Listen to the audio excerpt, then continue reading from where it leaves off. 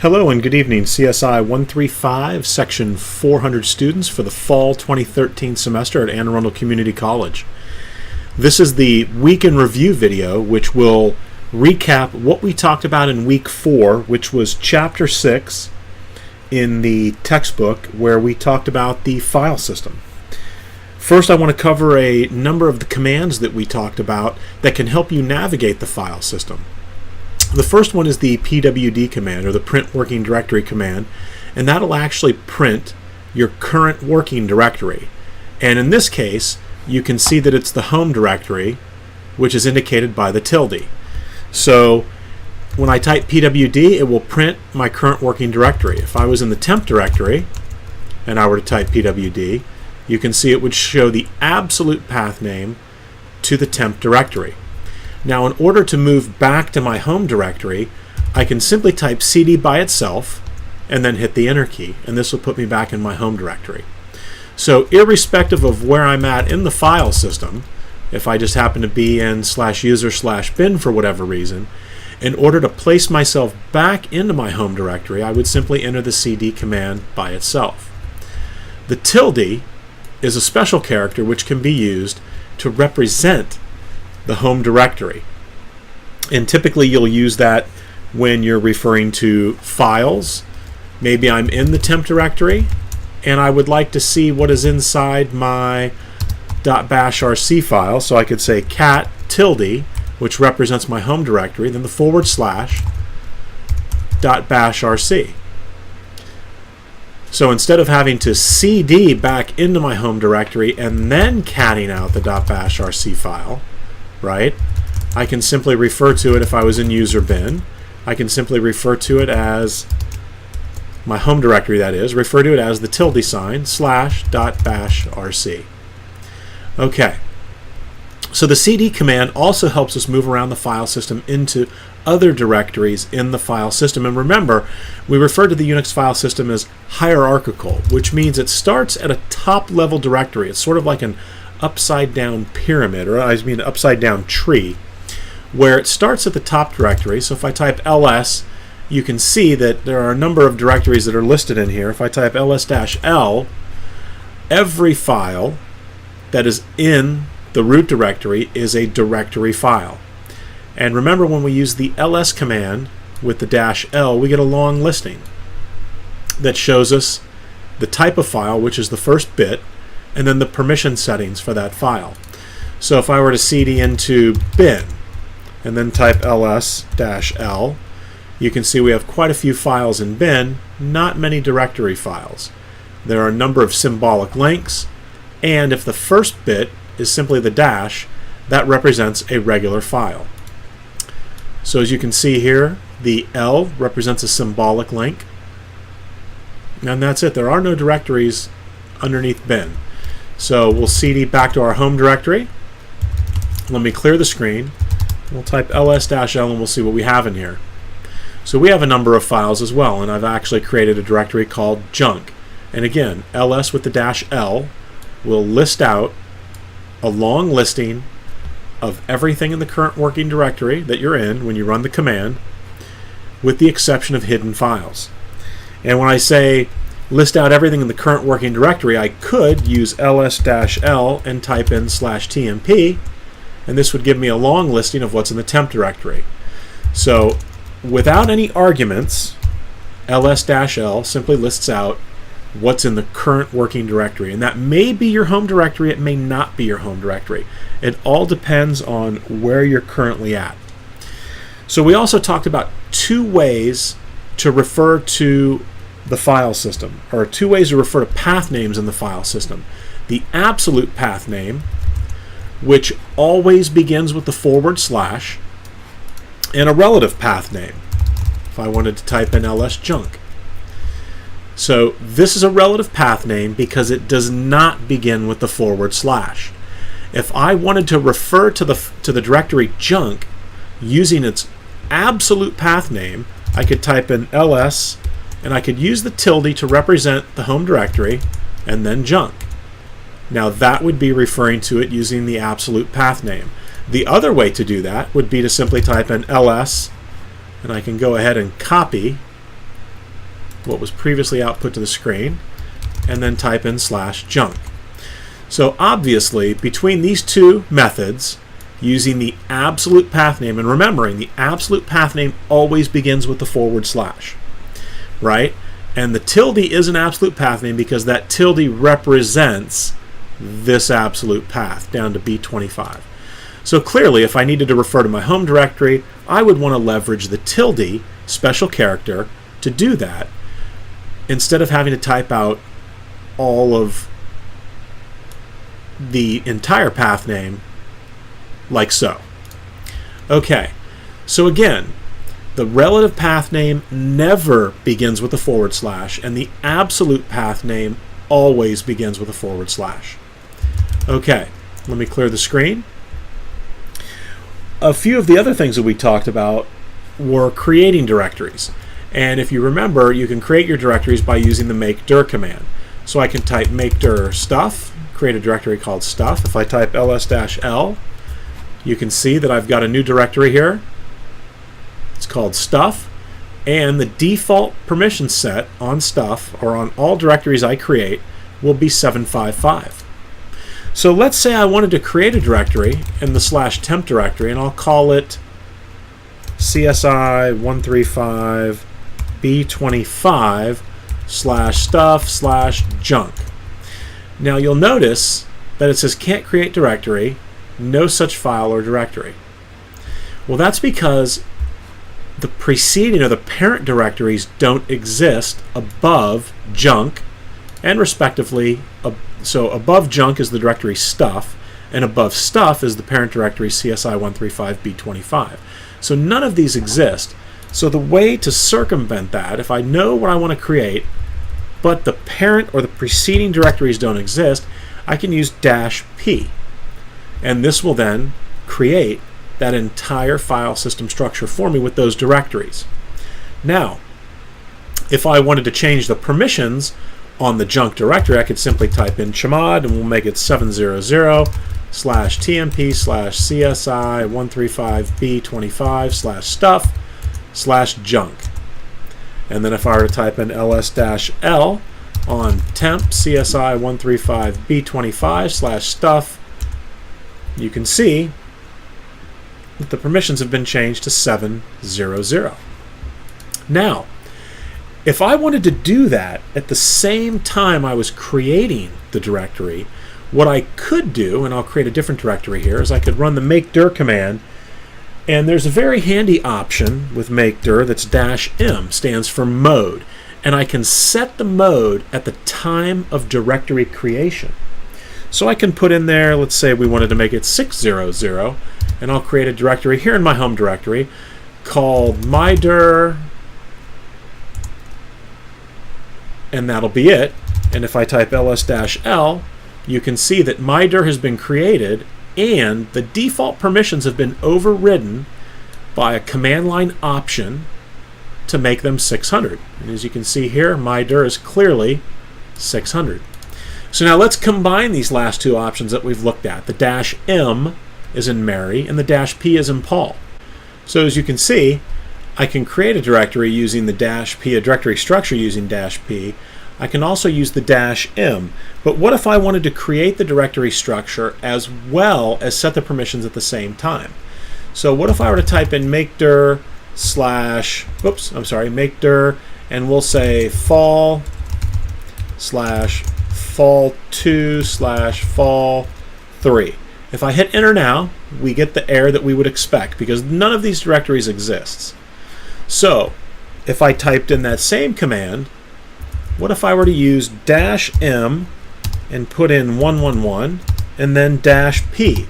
So what would we expect here? We would expect that this command would run, it would set the mode on each of those directories to 111, and it would create the parent structure. So if I type ls-l now, let's take a look here at fall, and here it is. Now you can see that fall is 755 because that received the default permission setting. So if I cd into fall and type ls-l, it's also 755. If I cd into fall2 and type ls-l, we can see that it's the last directory in the string of directories that the permission set is applied to. But conveniently, the parent directories have been created for us. So that's one way to create directories. And that's also a second way to create the directories and set the mode on the directories at the same time. So I'm going to issue the cd command to get back into my home directory. I'm going to type clear to clear the screen. And we'll type ls-l and see what we have here. So if I type ls with the -l, but I use the A option as well, the A option will show me the hidden files. So as you can see, remembering hidden files are file names that begin with a period.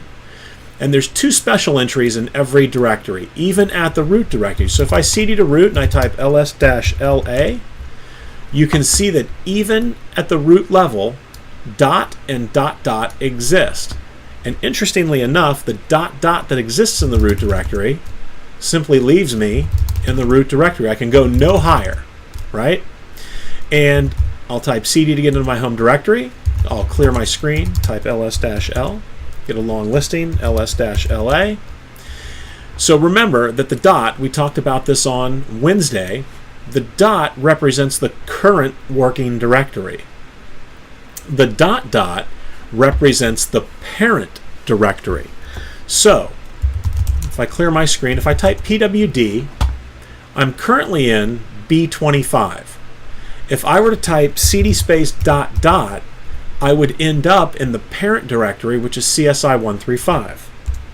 And as you can see, my prompt changed to CSI135. If I type cd space dot dot again, I would be moved up one directory from CSI135 into its parent directory, which is fall 2013. And as you can see, my prompt changed. If I entered it again, I would be in students. If I entered it again, I would be in the U directory. If I entered it again, I end up at the root directory. So let me move back to my home directory, because I can use the dot dot on the command line multiple times. So if I type cd space dot dot slash dot dot slash dot dot, what this does is this moves me from my home directory B25. The first dot dot puts me in CSI135. The second dot dot moves me into fall 2013. And the third dot dot moves me into the students directory. And as you can see, my prompt reads students. If I type in pwd, you can clearly see that I'm in /u/students. And again, this is an absolute path name because absolute path names always begin with the / at the root directory. Okay, you can also go down into directories, right? I can work my way, or I should, correction, I can work my way up the file system and then back down the file system as well. So if I were to type cd and clear my screen, I'll print my working directory. If I were to type ls/temp, and let's see what we have in temp, there are a number of files in here, a number of directories, and I've created one B25. So I've created this directory here. So theoretically, and again, I stress theoretically, and this is only to make a point with the dot dot and its usage. Typically, you would probably not do this, but I could type in cd space dot dot slash dot dot slash dot dot slash dot dot slash tmp slash CSI 135B25 underscore 09 135B25 0918 2013. Okay, so, and I think I might be short one. So 1, 2, 3, 4. So we've got them in there, and let's see if this works. So we've moved up the file system to the root directory. 1, 2, 3, 4. Oh, I think I'm missing one. Give me 1 second here. I even lost track. Dot dot slash. There we go. A little better. So I moved up the file system all the way to the root directory. So the first dot dot put me in CSI135, the second dot dot into fall 2013, then into students, then into U, then into the root directory, and then back down the file system into the temp directory, and then down into this directory that we see here, which is in temp. And as you can see, my prompt has changed, and where am I at? I'm in /temp/CSI 135B25 underscore and then the date. Now again, I stress this was for example purposes only. Typically, you would simply type in cd/temp CSI135-400-09-2013, which is much easier than trying to count out the dots that would be required to work you all the way up the file system tree and then to work your way back down. But again, proves the point that you can use multiple instances of the ... on the command line with the cd command. You can also use the ... and the with the copy and the move command. So if I'm in my home directory, as you can see here, I've got a number of files, but if I were to copy the etc hosts file and I just wanted to simply bring it into this directory with the name hosts, I would simply use the ... and it actually just overwrote whatever was inside that hosts file. Now if I wanted to give it a different name, I could type in copy/etc/hosts, and I would put / and then what I wanted the name to be, and I could call it my etc hosts, right?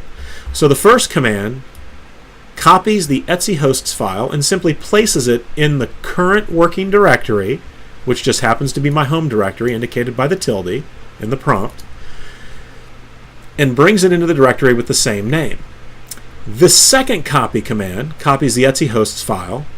It brings it into the current working directory represented by the period, and then I separate it with a / and give it a new name, my etc hosts. So if I type ls right now, there is my etc hosts, and I just copied that into the home directory.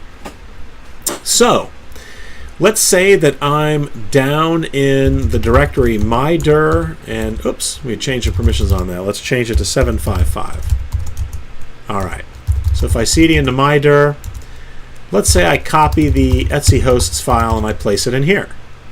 Because again, I can have multiple copies of the same file with the same name as long as they're not in the same directory. So as you can see, it's right here. So let's say I wanted to copy this and put it in my home directory. I could simply type pwd to see where I'm at.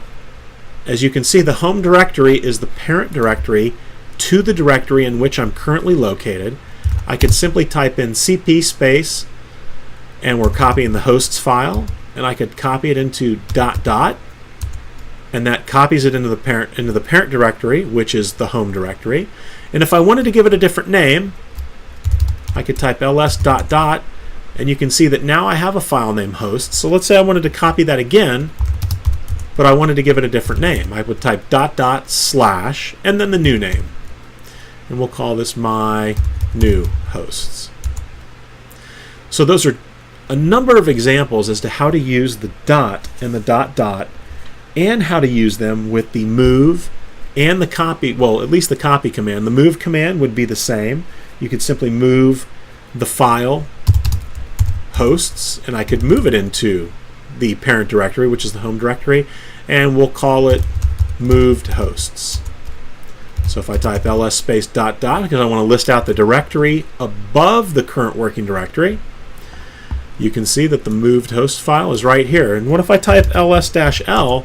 As you would expect, this directory is now empty because we have relocated the hosts file with a new name and moved it up one directory into the parent directory, which is the current working directory. All right, so let me get back into the home directory. If I type ls-l, we're going to take a quick look at the permission sets here. So you can see that the first bit with the long listing indicates the type of file. So the D represents the directory, a dash simply represents a regular file. Now the next 9 bits are critical. The first 3 are the permission bits for the owner of the file. The next 3 bits are relevant and applied to the group that the file is assigned. And as you can see here, this is the group column. So if you're in the students group and you're not the owner of the file, right, the second 3 permission bits apply to you. The last 3 permission bits apply to everyone else. So if you're not the owner of the file and you're not a member of the group which is assigned to the file, the last three permission sets, or last three permission bits, will apply to you. It stands for, it's for everyone else or other, right? So we're going to do a quick example here. As you can see, I'm going to move into the temp directory, and I'm going to create a directory called testing. And I'm going to chmod, change the mode on this to 777 on testing, right? So now on the screen below, you can see that this is my faculty account. I'm TPB. So let's go ahead and let's cd into testing, and I'm going to type in ls-l. So there's nothing here. So ls-la, right? As you can see, the permission set on the current working directory, as indicated by the dot, is set to 777. The owner, which is the first column, is CSI135-400. The group is the second column, student. So, if I were to cd into temp and try to get into testing, I can get in there. If I were to run the command ls-lai, I can see the inode number for things. Now let's see if I can change the contents, right? Now remember, the command id will show you your UID, your group ID, which is faculty, and the groups I belong to. So I'm only in the faculty group. I am not a member of the students group. So in this case, the last three permission bits are the bits that apply to me. So I have read, write, and execute. So the execute permission allows me to move into this directory.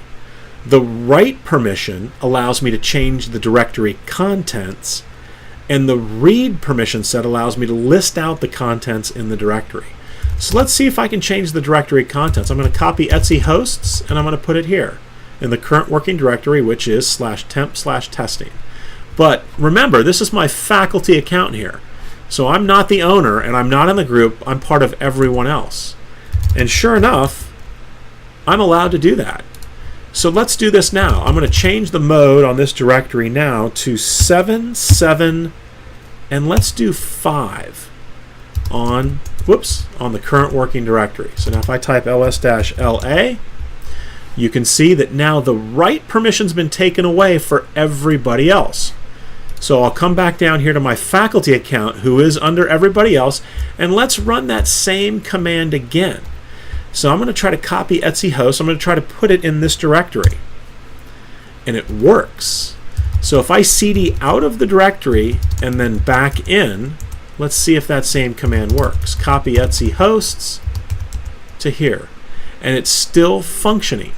So if I type ls-lai, you can see that even though the write permission is off, I am still allowed to copy that file in. What if I wanted to copy another file? Let's try etc password and see what happens. Permission denied. So I can change the file that I've already copied in, but I can't bring a new file in. So let's remove hosts. Permission denied. And why is permission denied? Because I can't change the contents of the directory, right? So let's see. This is the student account here.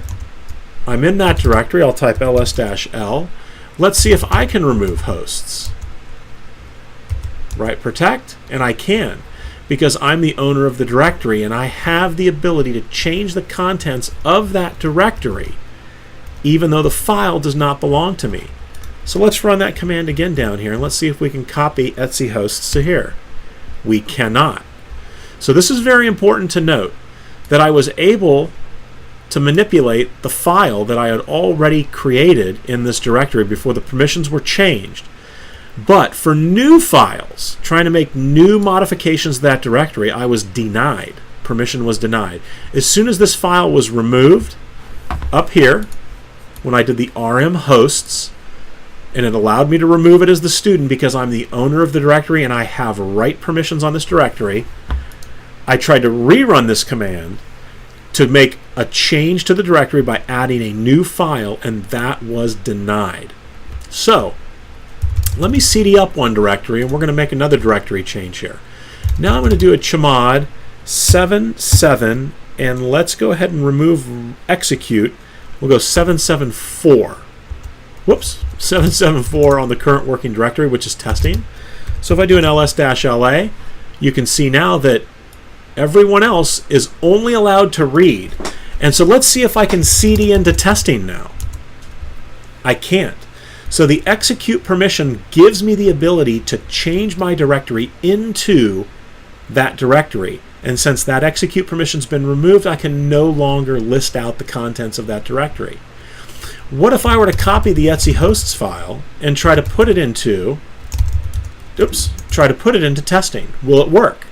It should not work, and it doesn't work because I do not have write permissions. But I still have read, so let's see if I can list out what's in testing. Oops, keep missing that capital E there. I can, but you'll notice I'm not allowed to see any of the permission sets that are set there. But as the student here above, can I still see that?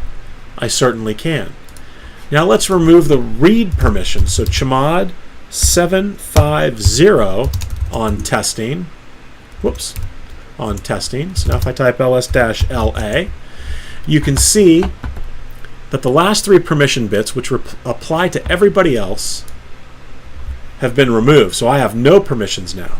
So if I type ls-la on testing, I simply get permission denied at this point. I'm no longer allowed to see anything in there. Can I cd into there? I can't. So I can't even change it. So if I were to try to copy something into there, again, permission denied. So it's critical to understand that the three permission bit settings mean something for directories, and they mean something completely different for regular files. So the read permission means I can list out the contents. The write permission means I can modify the contents of the directory. And the execute permission bit means that I could cd or change directory into that directory. So that was the chmod command. And let's also remember that the value of r is 4, the value of the w is 2, and the value of the x is 1. So the maximum permission set that you would ever have would be 777. So let's see what that looks like. If I type in chmod 777 on the testing directory, and that's the directory I'm in, which is why I use the period. If I type ls-la, you can see that all the permission bits are on. 777. Read, write, execute, read, write, execute, read, write, execute. What if I changed it to 000? What would that look like? Or, the better question, will we even be able to see what that looks like?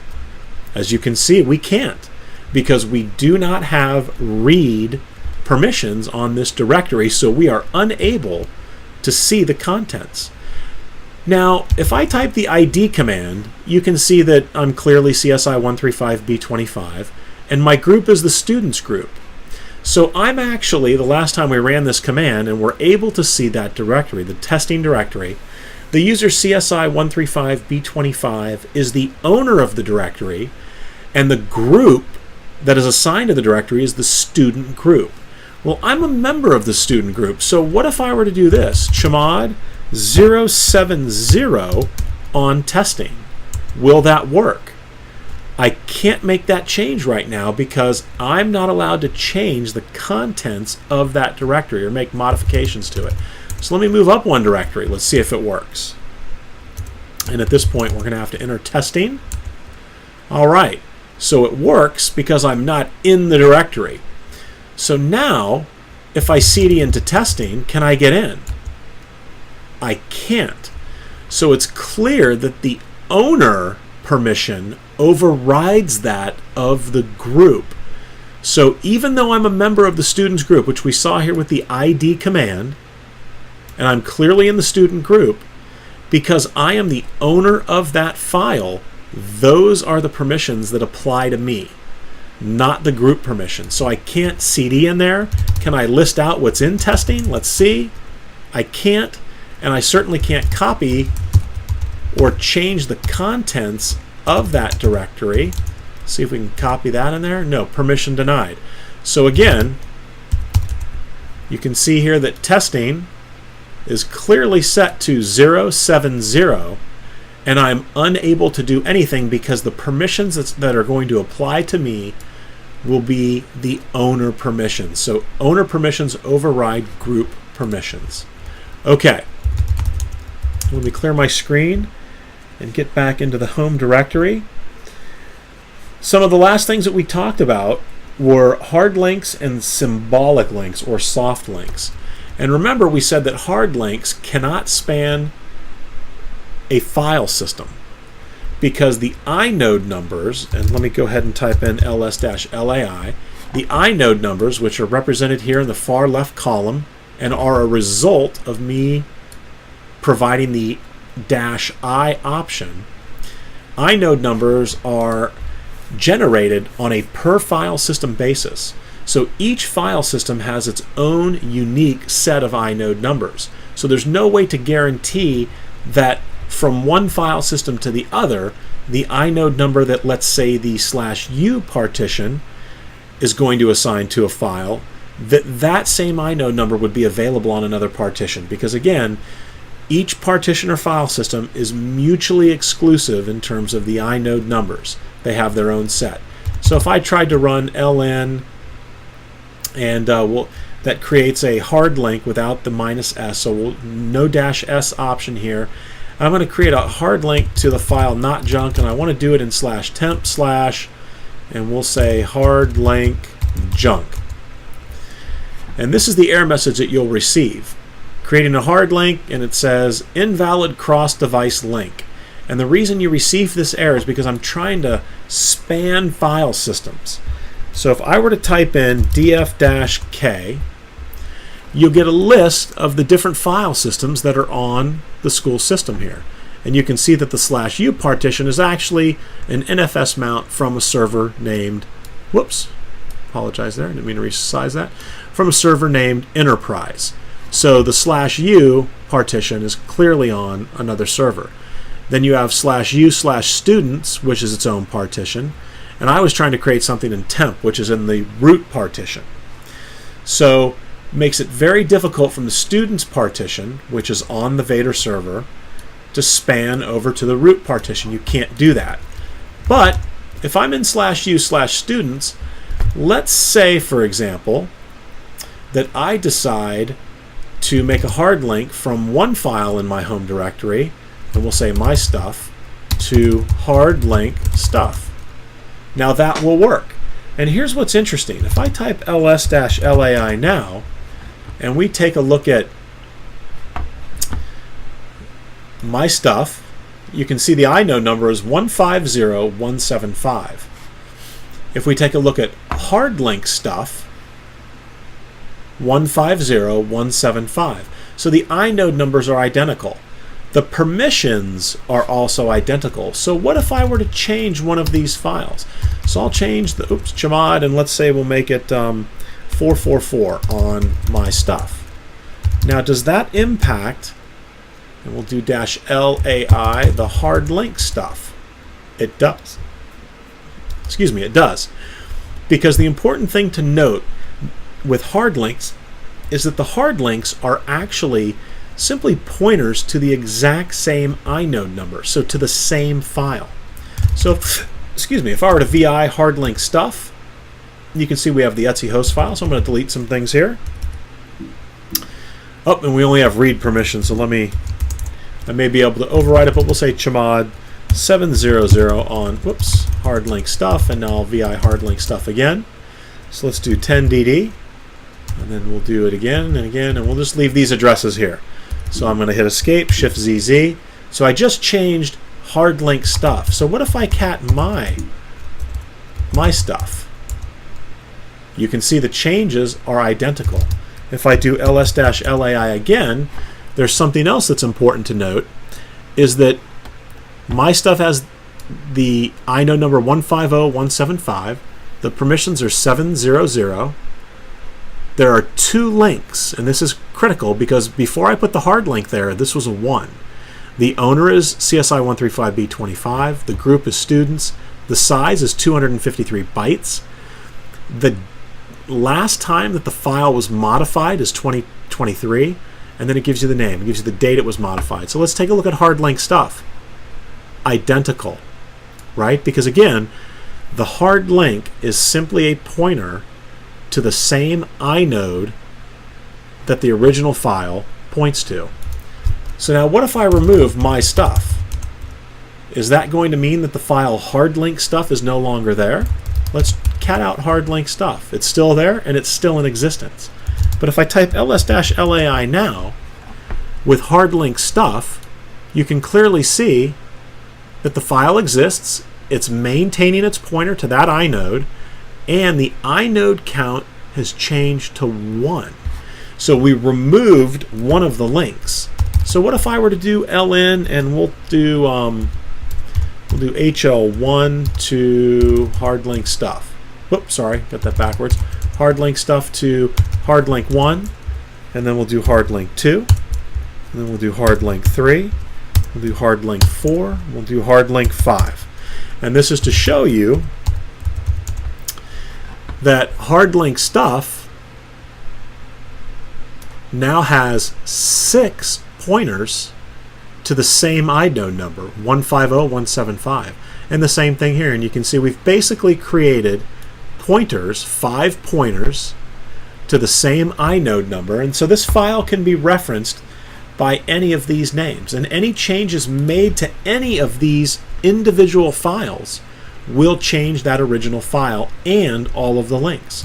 So if I typed in chmod 000 on HL3 and then reran the ls-lai, I changed HL3, but every file that is represented by these hard links, including the original file, has been changed. So what if I typed in chmod 777 on HL5? If I type ls-lai, you can see that everything has been changed to 777. And so those are hard links. The limitation of the hard link is it can't span file systems. Symbolic links overcome that. So if you type man space ls, I apologize, man space ln for the links, you can see that you can put options in, and then you put the target directory, the target file in, and then the name of the link. So let's come down and let's take a look at the option for a symbolic link. So if I use -s, I want to create a symbolic link, remembering that the target file comes first and then the link name comes next. And the best thing to do is to make sure that you use absolute path names when you're creating your symbolic links. So I've got some files here, so we're going to go ahead and create a symbolic link ln space -s, and I'm going to create a link from the file in my home directory, and we'll call it, let's use one of these different files. Let's say the my new hosts, and I want it to be in /temp/symbolic link. Oops, I'm sorry, symbolic link hosts. I hit enter, and now when I type ls-lai, you can see here that the my new hosts, that file is here and it exists. If I go into the temp directory and I type ls-lai, remember we created a symbolic link into this directory, and I'm looking for that file now. Hard link, symbolic link, there we go. Symbolic link hosts. And this is why it's critical to use the absolute path name. So this file knows that it's pointing to my new hosts in my home directory. So what if I cat symbolic link hosts? There's the file. Let's vi symbolic link hosts, and I'm going to delete some of the lines in here. We'll leave a few more lines so that it's a little different than the last example. So I'll leave these lines. I'm going to do a Shift-ZZ to save that file. So if I cd back into my home directory real quick and type ls and then cat out my new hosts, you can see that those changes have been made.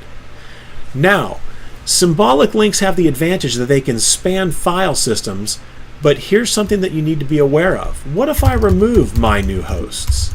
Now you'll remember when we removed the file when hard links were established, as long as one of the files existed, that pointer to the inode existed. The difference with symbolic links, and we'll move back into temp, and I'll type ls-lai. The difference with symbolic links, and you'll notice that this is flashing now. This wasn't flashing before. The reason that this is flashing is that these links are broke. So this link here, symbolic link hosts, is simply a pointer not to an it's not a pointer to, not an individual pointer to an inode, but it's simply a pointer to this file name, right? So when the file that I'm pointing to is removed, this link is now broke. Interestingly enough, it shows that it's 42 bytes, right? But that doesn't represent the size of the file. So now if I cat symbolic link hosts, I get an error telling me no such file or directory. Because remember, previously, up here, I removed my new hosts. And that's where this symbolic link is pointing. And once that file is removed, symbolic link hosts is broke. Now remember, you can see here that it's blinking, indicating that it's broke. So if I cd into my home directory, and I'll copy etc hosts, copy etc hosts, and I'm going to put it here, and I'm going to call it my new hosts. So if I type ls-lai and /temp, we should not see that blinking anymore. And as you can see, it is not, because the file exists. But these symbolic links here, these are clearly broke. And when they're broke, they'll blink to indicate such.